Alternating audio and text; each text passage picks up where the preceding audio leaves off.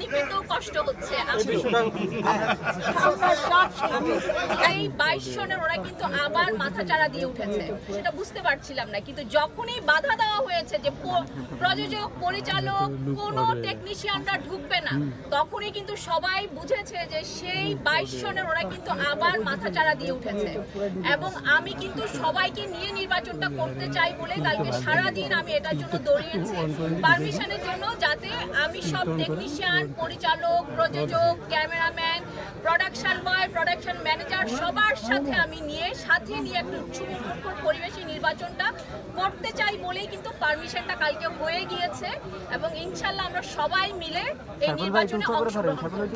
খালি একটি কথা বলতে চাই, আমাদের আপনারা যে বললেন না যে এতটা কেন প্রোটেকশন, বাইরের কোনো মানুষ যাতে ঢুকতে না পারে, শুধু আমাদের চলচ্চিত্রের পরিবারের লোকজন আসবে। শেষ পর্যন্ত এটা কি কর্তৃপক্ষ কি তাহলে মানে তাদের যে নিরাপত্তা, আপনাদের যে নিরাপত্তা, যেটা রাষ্ট্রীয় একটা স্বায়ত্তশাসিত প্রতিষ্ঠান, তাহলে এফডিসি কর্তৃপক্ষ কি করছে? তারা আপনাদের নিরাপত্তা দিতে পারছে না কেন? না না না না, সেটা তো সম্ভব না। একটা মিনিট, এদিকে ক্যামেরা এদিকে ভাই, এফডিসি দিতে পারছে না আপনাকে কে বললো? বারবারই তো এমডি মহোদয় এবং নির্বাচন কমিশন এবং আপনার এনএসআই, যেটা আপনার কাছ থেকে শুনলাম, ওনারা বসেই তো মিটিং করছে। তার মানে ওনারা আমাদের নিরাপত্তার জন্যই তো কাজ করে যাচ্ছে। শিল্পীদের নির্বাচন আসলে শিল্পীরা তো সবসময় আমরা জানি তারা সবাই শৃঙ্খলাবদ্ধভাবে করে পারেন ভাই। শিল্পীদের এখানে কোনো সমস্যা নেই। সমস্যা হলো যখন একটা শিল্পীদের নির্বাচন হয়, একটা পছন্দের শিল্পীকে দেখার জন্য অনেক উৎসবমুখর জনতা এখানে আসে, সেই জনতারা যাতে আসতে না পারে, আমার শিল্পীটা যাতে নিরাপত্তাভাবে সুন্দরভাবে ভোটটা গ্রহণ করে সবার সাথে দেখা করে বাড়ি যেতে পারে সুস্বাস্থ্যভাবে, সেই জন্যই এই নিরাপত্তার ব্যবস্থা।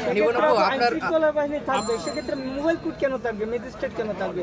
একজন ম্যাজিস্ট্রেট চাইলে তো কাউকে শাস্তি দিতে পারে। কোনো ব্যাপার না, এখন মোবাইল কোর্ট থাকবে সেটা আসলে যেহেতু বারবার মিটিংটা হয়েছে আমাদের এমডি মহোদয়ের সাথে এবং নির্বাচন কমিশনের সাথে, আমার মনে হয় এই প্রশ্নের উত্তরটুকু ওনারা দিতে পারবে, কারণ এই ব্যাপারে আমাদের সাথে কোনো আসলে মিটিং হয়।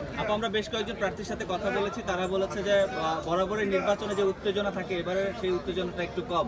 আপনার কাছে এটা কি মনে হচ্ছে? তার কারণ হলো ঈদ মাত্র শেষ হয়েছে কত তারিখে? 11 তারিখে। 12, 13, 14, 15, 16, 17, 18 তারিখ পর্যন্ত তো ছুটিটাই চলছে এবং ছুটি চলেছে কিন্তু 15 তারিখ পর্যন্ত সরকারি ছুটি যদি আমরা ধরে থাকি।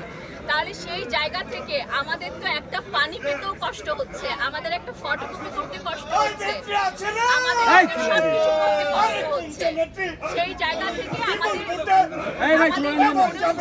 ঈদের পরপরে নির্বাচনটা হওয়াতে ঝামেলাটা হয়েছে। নিপুণ আপু, আপনার পিছনে যিনি আছেন তাকে নিয়ে গত নির্বাচনের সমালোচনা হয়েছে আপনাকে নিয়ে, এবার আসলে দ্বন্দ্বটা মিটলো কিভাবে? আপনাদের একত্রে নির্বাচন করছেন, পিজ্জাটা হারুন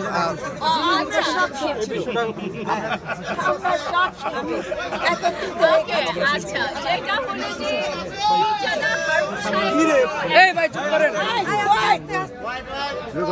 পিজ্জাটা হারুন সাহেব হলো একজন বিসিএস ক্যাডার এবং আমার বাবা নিজেও একজন 73 batch BCS cadre. So BCS cadre একটা ফ্যামিলি হয়। সো সেই জায়গা থেকে যতই বিতর্ক থাকুক, যা কিছুই থাকুক, দিন শেষে কিন্তু বিসিএস ক্যাডার ওনারা হয়ে যায় একটা ফ্যামিলি। সেই জায়গা থেকে উনি আমার একজন ফ্যামিলি মেম্বার এবং সেই জায়গা থেকে উনি আমার সাথে নির্বাচন করেন। এবং আপনার যে একটা অভিযোগ ছিল, সেই অভিযোগটা কি তাহলে? সেটা তো একজনের মুখ থেকে শোনা, এটা আমরা যখন কথা বলেছি আমরা সেটা ক্লিয়ার করেছি।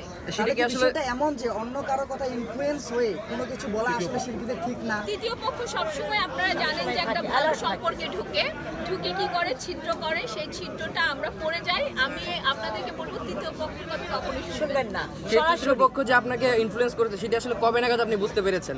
বুঝতে পেরেছি তখনই আমার পাশে দাঁড়িয়ে আছে। কেটে গেল, বুঝতে পেরেছি বলে তো পাশে দাঁড়িয়ে আছে। ইলেকশন 2 বছর পর আসছে, ইলেকশন 2 বছর পরে আসছে।